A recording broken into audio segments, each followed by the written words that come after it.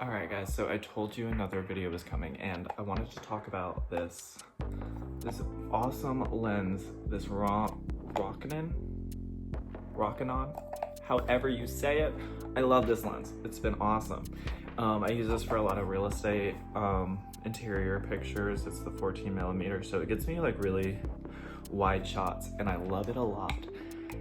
But I recently ran into an issue, and unfortunately that issue was that I dropped my camera.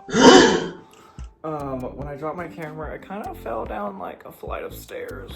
Oh, it was very hard to watch and very, I don't even want to relive it, but this is what happened. This is exactly what happened. Honestly, considering it fell down a flight of stairs, this is not too bad. We don't want that to happen again, but yeah, this is literally where it broke, and this is the top of the camera, so this is kind of how it sits on the Sony email.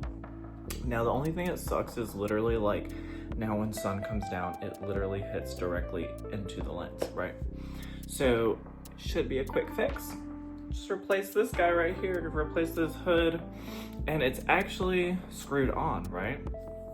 Well, we contacted the company and they don't have any parts for this. They don't make just this lens cap right now because it's in a shortage or something of that nature. I'll upload the screenshot here. And yeah, so I'm really disappointed. This is when I decided to stick it out for a little bit with this. And my shots were just looking a little too glary. I just wasn't loving it. And quite frankly, I was tired of switching between lenses. I came from a crop sensor where I just kept the same lens throughout. So it was kind of like, I didn't really have to switch too much. I didn't have too much to worry about. So now I have fully migrated to this Sony 16 to 35 millimeters. And let me just tell you, I did not expect this. I love this lens. This is awesome. It's so versatile. I can use it inside, outside. The zoom makes it perfect to use. And I just really love it. It's honestly a great lens. I don't have to switch between, I don't have to switch out. I can carry this throughout, inside and outside. But also I haven't really tested it out yet with other things, portraits maybe. So I'm kind of interested to see how that looks, or more landscapes than portraits, because really my portraits is going to be my 50mm that I love so much. So yeah, I'm super happy with this lens. I'm just really disappointed that this company was unable to repair this. Like, it should be a simple thing that we kind of twist off, like most of these have twist offs here.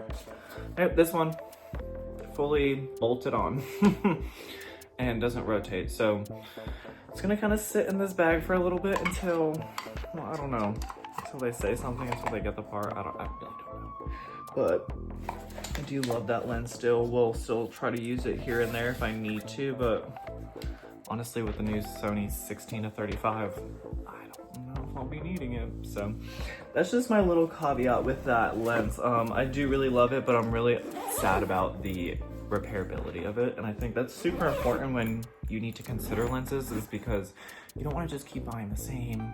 Like, if I were to buy that lens again, it would be another $500. So